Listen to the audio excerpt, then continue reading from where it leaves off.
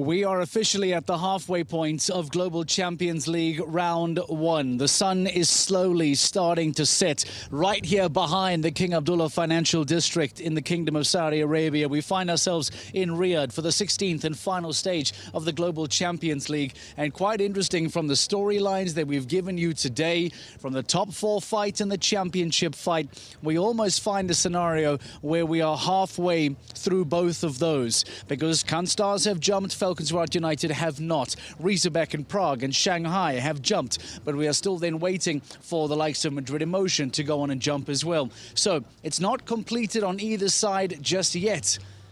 But we are getting there, ladies and gentlemen. We are getting there slowly, slowly. 8.5 million euros up for grabs by the end of the night as we officially wrap up the 2025 GCL season. But as it stands, the Canstars, powered by the Iron Dames, are the team in front. The defending champions, winners of 2024, are the team that currently lead at the halfway point of GCL Round 1. Of course, there is still a whole second half of Round 1 to come. But of course, there is even more to follow later. Let's show you what it looks like now at the halfway point of GCL Round 1, because we talk about the scores. This is how tight things are. Canstars currently lead Shanghai Swans, only two teams on double clear. Razorback International, a fence going down for Emmanuel Kamili, but then a clear from Christian Kukuk to keep them very much in the mix. And after that, Stockholm Hearts, that's difficult. 8 for Nicola, 4 for Olivier. Monaco Comets having a tough afternoon as well. Plenty of fences going down for them. We've seen errors aplenty there. Monaco Comets down on 12. Doha Falcons in trouble on 30. And the Scandinavian Vikings somewhere in no man's land on 17. But interestingly, for that top four conversation, take a look at the Prague Lions on 15 penalties. They have left the door open now for those teams that are trying to put the pressure on them, the likes of Razorback International. We had Christian Kukuk in the studio earlier on today. He spoke about the importance of getting in that top four. And with Prague Lions, Fernando Martinez Soma and Peter de Vos opening that door, all of a sudden it starts to look very likely that Prague Lions may potentially fall outside of that top four conversation. Let's start then by getting some thoughts from the Canstars. This is Sophie Hinnes. Sophie, another clear round for you this season. That's 11 for you this season. You must be delighted not only with how you're performing, but how the likes of Iron Dames Kumbella's performing as well. Yeah, I'm very delighted. She jumped really good. I think it was one of her best rounds that season. So we started already with a good feeling in here.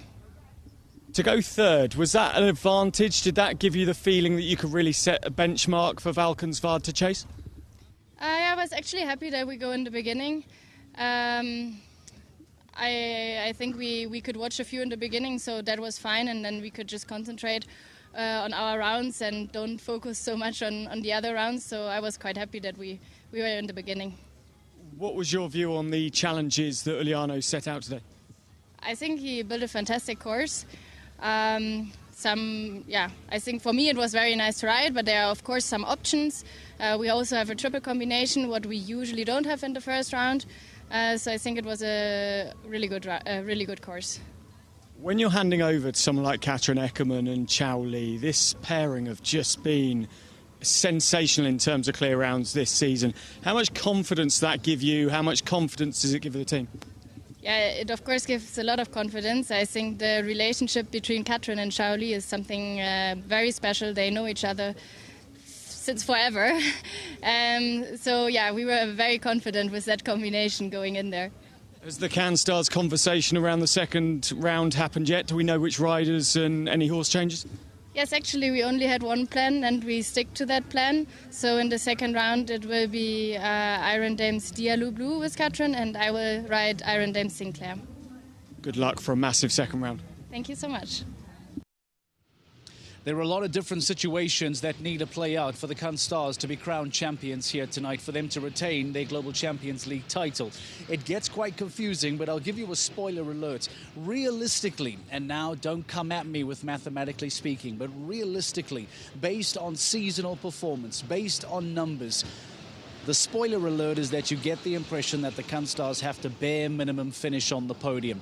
That is regardless before we even talk about Valkenswaard United. Because let's say that Valkenswaard United go on to win today or finish in second or in third. It starts to then come out of their control. But as it stands, Kunstars in general need a podium at least, to keep the pressure on Valkenswaard United, who are still to jump later on in the second half. After the break, the Saint-Tropez Pirates will jump, and then Valkenswaard United will jump. Then we'll have a slightly better idea as to how things look. But as it stands now, we get ready for the second half of Global Champions League Round 1. Saint-Tropez Pirates, as you can see, in the ring and ready to go. This is the second half of GCL Round 1, live from Riyadh. Gregory Cotta and Thibaut Philippat up next for the Saint-Tropez Pirates.